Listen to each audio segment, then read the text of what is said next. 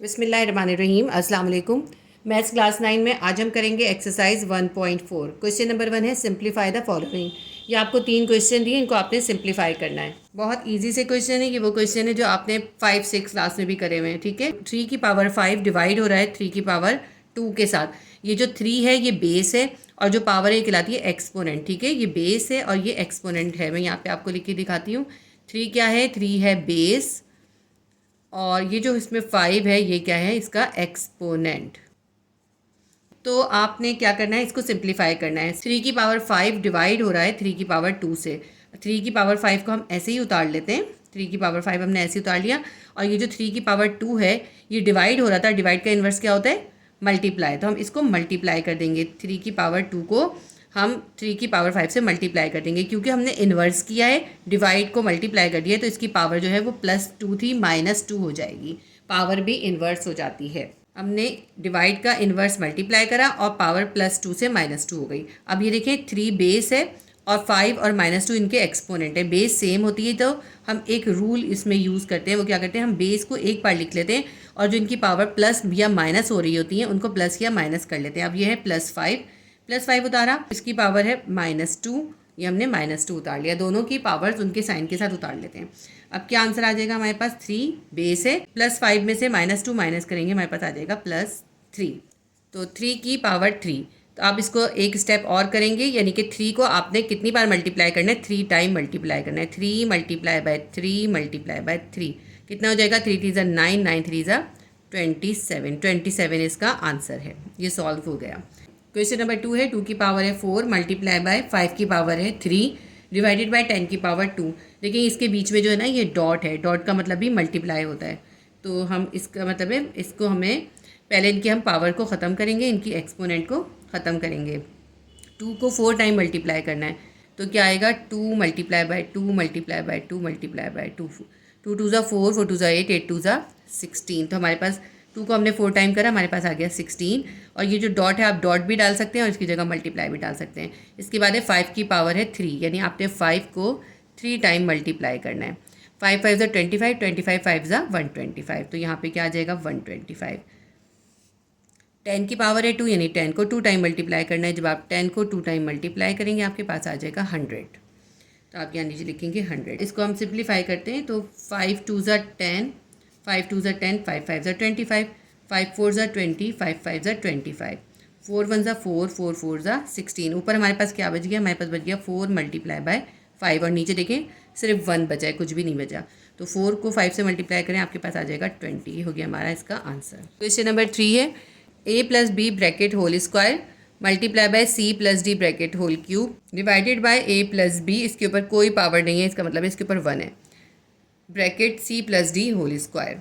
तो आपके पास देखें ये a + b है, इसके पास जो एक्सपोनेंट है वो 2 है और नीचे जो a + b जिससे डिवाइड हो रहा है वो उसके साथ एक्सपोनेंट 1 है। इसी तरह यहाँ पे c + d है, उसका एक्सपोनेंट जो है 3 है और नीचे जो c + d है उसका एक्सपोनेंट 2 है। तो हम क्या करेंगे, ऊपर जो न्यूमरेटर है उसको पहले ऐसे ही उतार लेते हैं, a + b whole square multiply by c + d whole cube. ये अभी ऐसे ही उतार लेते हैं। और ये जो a + b इसके साथ पावर क्या है, +1 है और c + d इसके साथ पावर क्या है, 2 है। इनको ये डिवाइड हो रहे हैं, इनको हम मल्टीप्लाई कर देंगे, ऊपर ले जाएंगे। तो हम क्या करेंगे, इनको मल्टीप्लाई कर देंगे। हम क्या करेंगे, a + b, क्योंकि इसकी पावर +1 थी, जब ये इन्वर्स हो गया तो +1 से क्या हो जाएगी, इसकी पावर -1। और ये जो c + d इसकी पावर +2 थी, c + d इसकी पावर क्या हो जाएगी, +2 से -2। ठीक है, डिवाइड का इन्वर्स मल्टीप्लाई हो गया और इनकी पावर जो थी प्लस से माइनस हो गई। अगर माइनस होती तो प्लस हो जाती। तो अब ये देखें ये बेस सेम है और ये बेस भी सेम है। तो जो ये एक हमने लॉ पढ़ा हुआ है कि जो बेस सेम होती है उसको हम एक बार लिख लेते हैं। तो हम a + b को एक बार लिख लेते हैं, 2 बार है ना a + b, और इनकी जो पावर है उनको उनके साइन के साथ एक साथ उतार लेंगे। इसके साथ पावर थी 2, इसके साथ पावर है -1, ये 2 का मतलब है +2। अब ये जो c + d है ये भी बेस है और इस बेस जो है ये भी 2 बार है। तो जब बेस सेम होगा तो हम बेस को एक बार लिख लेंगे और उनकी पावर्स को उनके साइन के साथ उतार लेंगे। c + d के साथ पावर है 3 और इस c + d के साथ पावर है -2। अब इसको मज़ीद सिंप्लीफाई करते हैं, a + b है, 2 में से 1 निकाला 1 आ जाएगा और यहाँ पे c+d है और 3 में से हम 2 निकालेंगे क्योंकि ये +3 और ये -2 है। +3 में से -2 निकालेंगे, हमारे पास क्या आ जाएगा +1। तो हम ये जो इसके ऊपर 1 होता है इसको शो करने की ज़रूरत नहीं होती। तो इसका आंसर हम बिल्कुल सिंपल तरीके से लिखेंगे, a+b and c+d is the answer. ये इसका सॉल्व हो गया क्वेश्चन। क्वेश्चन नंबर 1 के तीनों क्वेश्चन सॉल्व हो गए। इसके बाद क्वेश्चन नंबर 2 है simplify using law of exponent. हमने इसको सिंप्लीफाई करना है और इसमें लॉ ऑफ एक्सपोनेंट यूज़ करना है। एक्सपोनेंट के जो है 5 लॉज हैं। तो ये जब हम क्वेश्चन सॉल्व करेंगे, क्वेश्चन नंबर 2 के जितने भी क्वेश्चन हैं जब हम सॉल्व करेंगे तो ये जो 5 लॉज हैं इनमें से ही कोई लॉ इसमें यूज़ होगा। तो इस क्वेश्चन के अंदर जो है हमारा फर्स्ट लॉ यूज़ होगा। फर्स्ट लॉ है law of product of power. Law of product of power क्या है कि अगर हमारे पास सेम बेसिस आपस में मल्टीप्लाई हो रहे हो तो हम सेम बेसिस को एक बार लिख लेते हैं और उनकी जो पावर्स होती हैं या एक्सपोनेंट होते हैं उनको प्लस या माइनस कर लेते हैं। इस लॉ को समझाने के लिए मैंने एक एग्जांपल दी है, इससे आपको ये लॉ आसानी से समझ में आ जाएगा। a² multiply by a³। जब ये बेस सेम है तो क्या करेंगे, बेस को एक बार लिख लेंगे, उनकी जो पावर्स या एक्सपोनेंट है उनको प्लस हो रही है तो प्लस और माइनस हो रही होती है तो माइनस कर देंगे। तो आंसर क्या आ जाएगा a5। ये मैंने एक एग्जांपल के तौर पे यहाँ पे बीच में कर दिया। इस क्वेश्चन के साथ आपको इसको करने की ज़रूरत नहीं है, मैंने आपको लॉ समझाने के लिए करा है। ये जो आपने लॉज हैं ये 7th क्लास में बहुत अच्छे से सीखे हुए हैं। इसमें आपको ज़रूरत नहीं है कि आप ये लॉ को भी एक्सप्लेन करें। तो आप सीधा सीधा क्वेश्चन उतार के, आपको जब याद है मेथड तो आप सीधा सीधा क्वेश्चन उतार के करेंगे। तो मैं इसका क्वेश्चन एक बार फिर उतार लेती हूँ। मैंने सिर्फ आपको लॉज एक्सप्लेन करने के लिए ये सॉल्व करके दिखाया है। तो अब मैंने ये क्वेश्चन उतार लिया, इसको हम सॉल्व करते हैं। देखें 1/3 है बेस और उसकी पावर है या एक्सपोनेंट है 4 और ये 1/3 है बेस और इसकी जो एक्सपोनेंट है वो है 5। अब बेस सेम है और दोनों आपस में मल्टीप्लाई हो रहे हैं। तो जब सेम बेस आपस में मल्टीप्लाई हो रहे हों तो हम क्या करते हैं, उनकी एक्सपोनेंट को प्लस या माइनस कर लेते हैं और बेस को एक बार लिखते हैं। तो 1/3 बेस था, ये हमने ऐसे ही एक बार लिख लिया और इसके साथ +4 था और इसके साथ +5 था, दोनों को एक साथ लिख दिया। तो क्या बन गया ये हमारा 1/3, 5 में 4 प्लस करें 9 आ जाएगा। इसका क्वेश्चन नंबर 2 है 3/4, इसका एक्सपोनेंट है 5 मल्टीप्लाई बाय 3/4 और एक्सपोनेंट है 2। तो बिल्कुल सेम तरीका इसमें हम फॉलो करेंगे। ये बेस है और ये इसकी एक्सपोनेंट है, बेस सेम है और दोनों बेस आपस में मल्टीप्लाई हो रहे हैं। तो हम बेस को एक बार लिख लेंगे, हमने लिख लिया 3/4 और इनकी जो एक्सपोनेंट या पावर है उनको हम प्लस या माइनस हो रहे होंगे, उनके जो भी उनके साइन है उनके साथ उतार लेंगे। +5 और +2 उतार लिया तो हमारे पास क्या बन गया 3/4, 5 और 2 कितना हो जाएगा 7। ये इसका आंसर है। क्वेश्चन नंबर 3 बिल्कुल सेम है। -4/5 बेस है, उसके ऊपर एक्सपोनेंट है 3 और मल्टीप्लाई हो रहा है -4/5 बेस से और उसके ऊपर एक्सपोनेंट है 5। तो हम क्या करेंगे, बेस को एक बार लिख लेंगे, -4/5 को हमने उतार लिया और जो इनकी पावर है उनको उनके साइन के साथ उतार लेंगे। +3 और +5 हमने उतार लिया। तो देखें इसको मैं यहाँ पे आगे सॉल्व करती हूँ। तो -4/5, 5 में 3 प्लस कर देंगे, कितना हो जाएगा 8। ये इसका आंसर हो गया। बहुत ही आसान से सवाल है ये बिल्कुल। अच्छा, अब ये जो क्वेश्चन नंबर 4 है इसके अंदर जो है ये वाला लॉ यानी कि law of product of power use नहीं होगा, बल्कि इसके अंदर law of power of product use होगा।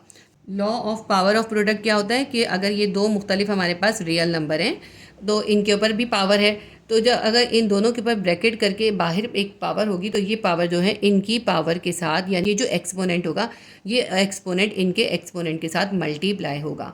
तो ये है हमारा law of power of a product. तो इसको हम डायरेक्ट करेंगे, बहुत आसान सा है। इसको क्वेश्चन को मैं पढ़ती हूँ। ब्रैकेट है -3 मल्टीप्लाई बाय 5² और फिर होल ब्रैकेट है क्यूब।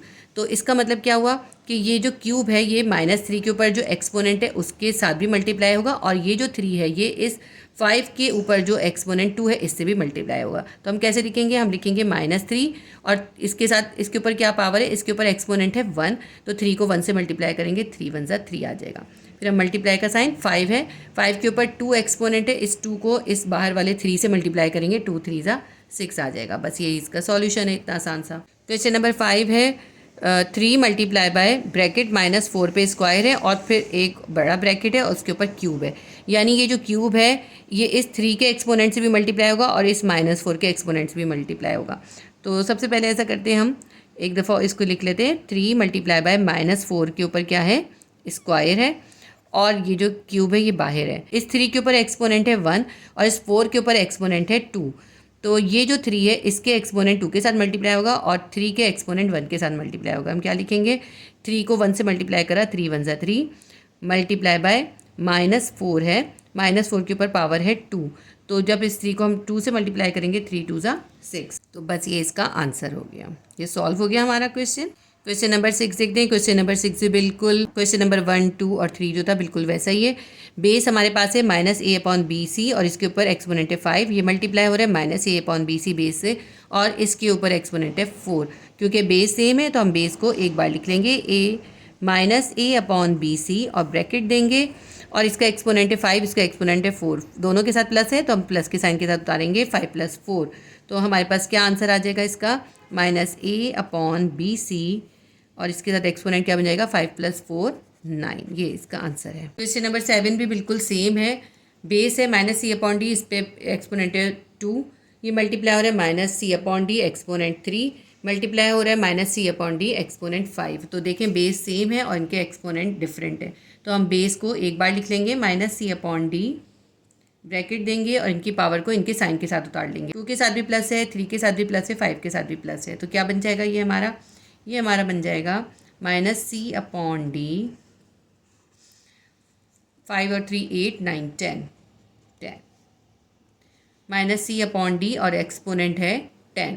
ये हमारा सॉल्व हो गया। क्वेश्चन नंबर 8 देखते हैं। mn² t4 n³ m5 t7, ये थोड़ा सा डिफरेंट है। अब देखें इसमें आप पहले जो बेस सेम है उनको पहले एक साथ लिख लें। m के ऊपर जो है कोई पावर नहीं है, पहले हम सिर्फ ऐसे करते हैं m लिख लेते हैं। ये वाला m के ऊपर कोई पावर नहीं है यानी 1 है, इसको हम 1 लिख सकते हैं, ज़रूरी नहीं है 1 लिखना। और ये जो है m के ऊपर 5 है, ये मैंने m एक साथ लिख लिया। अब n लिख लेती हूँ, यहाँ पे n पे स्क्वायर है और यहाँ पे n के ऊपर क्यूब है, तो n पे क्यूब आ गया। ठीक है, दोनों n उतार लिए। अब t उतार लेते हैं।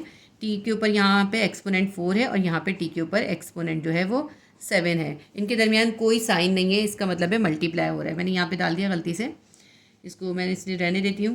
तो इसका मतलब है इनके दरमियान कोई साइन नहीं है, सब मल्टीप्लाई हो रहा है। तो अब ये देखें बेस सेम है, सेम बेस को हम एक बार लिख लेते हैं और इसकी पावर क्या है, इसकी पावर है 1, इसकी पावर है 5, तो 1 + 5 एक साथ लिख दिया। इसी तरह यहाँ पे हमने n उतारा, बेस सेम है, इसकी पावर क्या है, n की पावर है 2 और इसमें n की पावर है 3, दोनों के एक्सपोनेंट को एक साथ उतार लेते हैं, 2 + 3। ठीक है, ये मल्टीप्लाई हो रहा है t से और t के अंदर जो है t को एक बार लिख लिया, इसके साथ एक्सपोनेंट है 4, इसके पास है 7, तो 4 + 7 हमारे पास क्या आंसर बन गया, 5 + 1 6, n की पावर बन गई 3 + 2 5 और t की पावर बन गई 7 + 4 11। ये इसका आंसर हो गया। क्वेश्चन नंबर 2 का लास्ट क्वेश्चन है, question number 9। a² c5 b² a³ c³ b4 a4। तो हम ऐसा करते हैं, सबसे पहले हम a वाले एक साथ लिख लेते हैं। a के ऊपर स्क्वायर है और दूसरा है a के ऊपर 4। फिर हम लिख लेते हैं b वाले, b पे स्क्वायर है और b के ऊपर है 4। फिर हम लिख देते हैं c वाले, c के ऊपर 5 है और c के ऊपर क्या है, क्यूब। ये अभी तो हमने तरतीब से कर लिया। अब हम क्या करेंगे, सेम बेस को एक बार लिख लेंगे। a जो है सेम बेस है, एक बार लिख लेंगे और इसकी दोनों की पावर को प्लस या माइनस होगा उसके साइन के साथ उतार लेंगे, +2 +4 उतार लिया। इसी तरह ये b बेस है, ये 2 बार है, इसको एक बार लिख लिया और इसके जो एक्सपोनेंट है उनको हमने उनके साइन के साथ उतार लिया, +2 और +4। इसी तरह c भी बेस 2 बार है, एक बार लिख लिया, इसका एक्सपोनेंट 5 और 3 दोनों उतार लिए। ये क्या आ गया, 4 में 2 प्लस किया, a की पावर आ गई 6, b हमने बेस लिखा, 4 में 2 प्लस किया, आ गया हमारे पास 6, c है हम लिखा बेस c लिखा, 5 में 3 प्लस किया 8, तो a6 b6 c8 ये इसका सॉल्यूशन है, ये इसका आंसर है। एक्सरसाइज 1.4 का क्वेश्चन नंबर 2 कंप्लीट हो गया। इसके बाद हम करेंगे एक्सरसाइज 1.4 का क्वेश्चन नंबर 3। इसका पार्ट 1 है 5² और फिर उसके ऊपर ब्रैकेट है, उसके ऊपर पावर है क्यूब। यानी कि आप इसके अंदर देखें 5 बेस है और उसके ऊपर 2 पावर्स हैं। जब किसी भी बेस के ऊपर 2 पावर्स होती हैं तो उसके ऊपर जो लॉ अप्लाई होता है वो कहलाता है law of power of power. Law of power में क्या होता है कि ये जो बेस होता है, हम बेस को लिख लेते हैं, ये हमने 5 लिख लिया, बेस के ऊपर जितनी पावर्स होती हैं उन्हें मल्टीप्लाई कर लेते हैं। 5 के ऊपर 2 पावर्स है 2 और 3, 2 को 3 से मल्टीप्लाई करेंगे, आंसर आएगा 6। चाहे तो आप एक स्टेप करके भी दिखा सकते हैं, वैसे कोई ज़रूरत नहीं है। तो ये क्या आ जाएगा, बेस 5 है, 3 2 ज़ा 6, ये एक ही स्टेप में होने वाला काम है। जो एक्सरसाइज है ये भी आपकी ब्लैंक में आने वाली एक्सरसाइज है।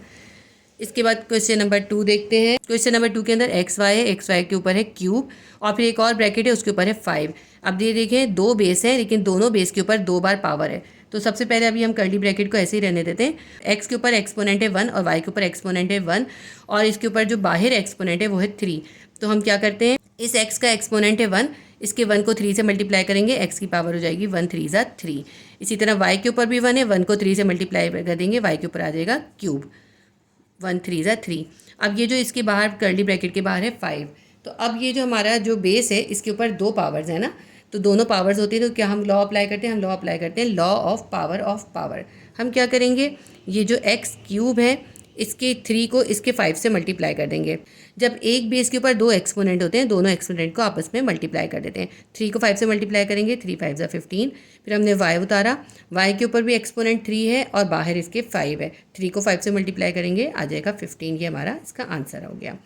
इसके बाद जो है क्वेश्चन नंबर 3 देखते हैं। -4 के ऊपर है स्क्वायर और फिर कर्ली ब्रैकेट के बाहर है 5, यानी -4 के ऊपर एक एक्सपोनेंट 2 है और एक एक्सपोनेंट 5 है। तो सबसे पहले हम क्या करते हैं, -4 के को ऐसे ही बेस को लिख लेते हैं। क्योंकि इस बेस के ऊपर 2 पावर्स हैं तो हम लॉ ऑफ पावर यूज़ करेंगे। 2 को 5 से मल्टीप्लाई कर देंगे तो हमारे पास क्या आ जाएगा, 2 5 ज़ा 10। तो -4 की पावर क्या आ गई, 10। ये हमारा आंसर है। नेक्स्ट क्वेश्चन है क्वेश्चन नंबर 4 में -3 है, उसके ऊपर क्यूब है और -4 के ऊपर स्क्वायर है और कर्ली ब्रैकेट के बाहर जो है क्यूब है। ये क्यूब जो है इन दोनों के एक्सपोनेंट के साथ मल्टीप्लाई होगा। तो हम कैसे लिखेंगे, -3 लिखा हमने बेस और इसके बाहर जो था इस -3 का एक्सपोनेंट था 3, तो इसको इस 3 से मल्टीप्लाई करेंगे, 3 3 ज़ा 9। तो अब हमारे पास -3 का एक्सपोनेंट बन गया 9। फिर हमने -4 लिखा, ब्रैकेट बनाया और -4 के साथ एक्सपोनेंट है 2 और दूसरा एक्सपोनेंट है 3, तो 2 को हम 3 से मल्टीप्लाई कर देंगे, 2 3 ज़ा 6। ये इसका सॉल्व हो गया। तो -3 की पावर आ गई 9 और -4 की पावर आ गई 6, या यूँ कह लें -3 का एक्सपोनेंट हो गया 9 और -4 का एक्सपोनेंट हो गया 6। क्वेश्चन नंबर 5 है ब्रैकेट b² / 5 और ब्रैकेट के बाहर है क्यूब। ये क्यूब जो है इस b के स्क्वायर के साथ भी मल्टीप्लाई होगा और इस 5 के ऊपर जो पावर है उससे भी मल्टीप्लाई होगा। तो हम कैसे लिखेंगे, हम लिखेंगे b लिखा हमने, b/5 लिख लिया पहले। अब जो b के ऊपर एक्सपोनेंट क्या था, 2 था, तो 2 को 3 से मल्टीप्लाई कर देंगे, 2 3 ज़ा 6। 5 के ऊपर एक्सपोनेंट क्या था, 1 था, 1 को 3 से मल्टीप्लाई करेंगे, 3 आ जाएगा। तो बस ये यहीं तक सॉल्व होगा, इसको हमें आगे सॉल्व नहीं करना। क्वेश्चन नंबर 6 है -4/9 और ये जो है ना सिंपल ब्रैकेट है, ये मैंने गलती से कर्ली ब्रैकेट बना दिया था, ठीक है। इसके ऊपर पावर है 2 और इसका कर्ली ब्रैकेट है, कर्ली ब्रैकेट के बाहर है पावर 3। तो वही सिंपल सा हम करेंगे, -4/9 बेस को हम लिख लेंगे, एक ब्रैकेट देंगे और इसकी जो दोनों एक्सपोनेंट है दोनों को मल्टीप्लाई कर देंगे, 2 3 ज़ा 6। ये इसका आंसर है। क्वेश्चन नंबर 7 है हमारे पास, z का एक्सपोनेंट है 3, फिर ब्रैकेट है और फिर एक और एक्सपोनेंट है 2, फिर एक कर्ली ब्रैकेट है और एक और एक्सपोनेंट है 4। तो हमने सबसे पहले तो z को लिख लेना है और देखेंगे सारे इसके एक्सपोनेंट है 3 2 और 4, इन सबको हम आपस में मल्टीप्लाई कर देंगे। तो आप चाहें तो करके भी दिखा सकते हैं, लेकिन ज़रूरत नहीं है बहरहाल। आप इसको सिर्फ एक स्टेप में करें, कैसे, आप z लिखें और इन सबको मल्टीप्लाई करें, 3 2 ज़ा 6, 6 4 ज़ा 24।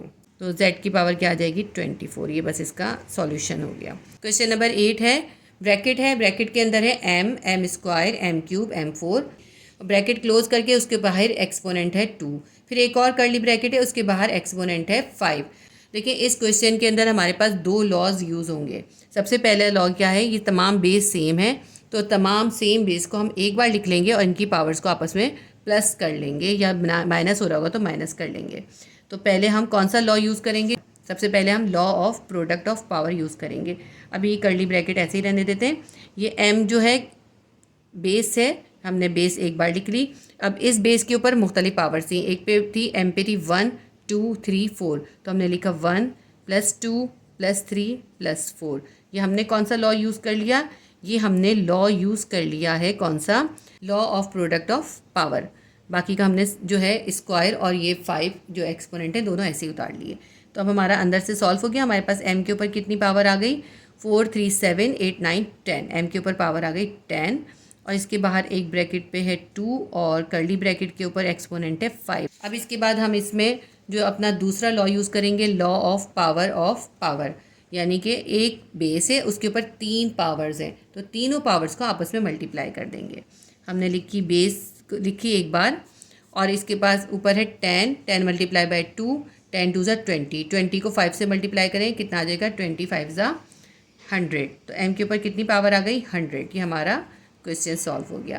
क्वेश्चन नंबर 9 देखते हैं। माइनस है, ब्रैकेट है और फिर ब्रैकेट के अंदर स्मॉल ब्रैकेट है, उसके अंदर -0.1 पे एक्सपोनेंट है 2, फिर -0.1 पे एक्सपोनेंट है 3, फिर -0.1 पे एक्सपोनेंट है 4, और फिर ये जो बड़ा ब्रैकेट क्लोज होगा उसके ऊपर एक्सपोनेंट है 2। इसके अंदर भी हमें 2 लॉज यूज़ करने पड़ेंगे। ये क्वेश्चन जो है इसी क्वेश्चन की तरह होगा। पहले हम इन तमाम बेसिस, ये जो हमारी तीनों बेसिस सेम है, इनको हम एक बार लिख के इनकी जो पावर्स हैं उनको प्लस कर लेंगे। ये हमने ये वाला माइनस और ये बड़ा ब्रैकेट अभी ऐसे ही उतारना है। -0.1 ये बेस था, इसको हमने लिख लिया एक बार, 3 बार था इसको एक बार लिख लिया, और इनकी जो एक्सपोनेंट है उनको हमने प्लस कर लिया क्योंकि इन सब के साथ प्लस था। 2 + 3 + 4, क्योंकि इन सब के साथ प्लस था, सिर्फ इस वजह से हमने इसको प्लस किया है। और ये जो ब्रैकेट के बाहर एक्सपोनेंट 2 है ये हमने ऐसे ही बाहर लिख दिया, हमने इसको नहीं यूज़ करा, हमने सिर्फ ब्रैकेट के अंदर करा है ये काम। तो ये हमने कौन सा लॉ यूज़ करा है? ये हमने लॉ यूज़ करा है, law of product of power, क्योंकि ये सब आपस में सेम बेस मल्टीप्लाई हो रहे थे। जब सेम बेस मल्टीप्लाई होते हैं तो बेस को एक बार लिख के उनकी पावर को या हम उसके एक्सपोनेंट को प्लस कर लेते हैं, या माइनस हो रहा होता है तो माइनस कर लेते हैं। तो ये माइनस हमने ऐसे ही लिखा ब्रैकेट के बाहर, और ये -0.1 इसके ऊपर कितनी पावर बन गई? 4 3 7 8 9 बन गई। अभी इसका लास्ट स्टेप होगा जिसमें अब हम दूसरा लॉ यूज़ करेंगे। लॉ हम कौन सा यूज़ करेंगे? ये वाला लॉ यूज़ करेंगे, लॉ ऑफ पावर। माइनस ऐसे ही लिखेंगे ब्रैकेट के बाहर, और ये -0.1 हमने लिखा, ठीक है। और अब जो है इसके ऊपर पावर क्या बन जाएगी? -0.1 के ऊपर 2 एक्सपोनेंट है 9 और 2। जब एक बेस के ऊपर 2 एक्सपोनेंट होते हैं तो दोनों एक्सपोनेंट को मल्टीप्लाई कर देते हैं। 9 को 2 से मल्टीप्लाई कर देंगे, हमारे पास आ जाएगा 18। तो हमारे पास क्या आंसर आ गया? -0.1 और उसकी पावर आ गई 18। तो ये हमारा क्वेश्चन सॉल्व हो गया। हमारी एक्सरसाइज 1.4 कंप्लीट हो गई। उम्मीद करती हूँ आपके लिए हेल्पफुल रहेगा। अगर मेरी वीडियो आपके लिए हेल्पफुल रहती है तो प्लीज़ वीडियो को लाइक करें, शेयर करें और सब्सक्राइब कर लें, और बेल आइकॉन को क्लिक कर दें ताकि मैं जैसे ही कोई नई वीडियो अपलोड करूँ तो आपको नोटिफिकेशन मिल जाए। अल्लाह हाफिज़।